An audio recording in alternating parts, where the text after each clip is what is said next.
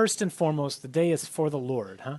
Remember, the first commandment is, if you want to simplify it using Jesus' words, thou shalt love the Lord your God with all your heart, all your mind, all your soul, all your strength. People come to confession, they haven't been in a year, don't have much to confess. I always want to go, how about the first commandment? You've been loving the Lord with all your heart, all your soul, all your mind, all your strength, all the time? I don't make it through a day doing that. So give to God what God is due, because no one has a claim on our gratitude like he does. So it's a day of praise, of adoration, of thanksgiving. Second, it's a day for us. It's a day to rest, to play, to enjoy leisure, to enjoy family, to enjoy friendship, and to care for the poor.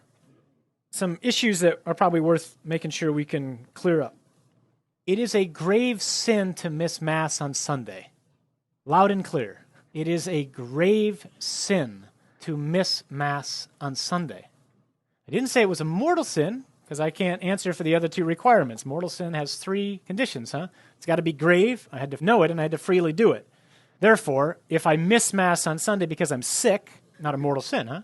It was seriously wrong that I wasn't there, meaning there was something deficient for me that day. I wasn't able to give to the Lord the worship he's due. I wasn't able to receive from him what he wants to give me, which is himself. But it doesn't cut me off from grace. I was sick. God understands that. Care of infants, Church makes clear. Another reason that can keep a woman or a father from Mass. So it's always grave to miss. It may not be mortal necessarily if, in fact, I'm not free in this. But you all now know it's grave, so therefore I've taken 2 of these things away. The only one that can use as an excuse or a justification to miss it is you weren't free to do it.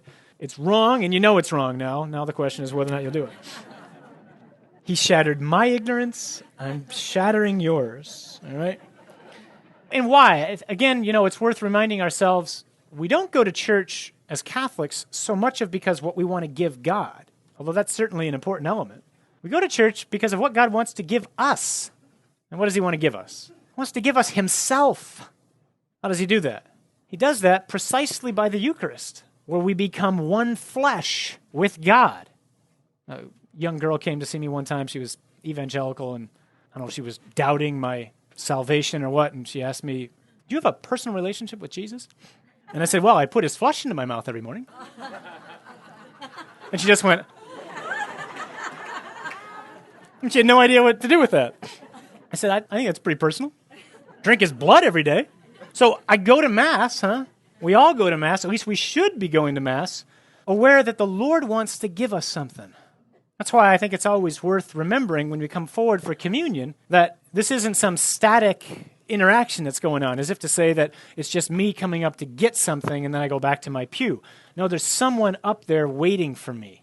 So imagine those of you who are married, what it was like anyway years ago when you were walking down the aisle. Or those of you who'd like to be married, when you realize someone's waiting for me down there or someone's coming towards me.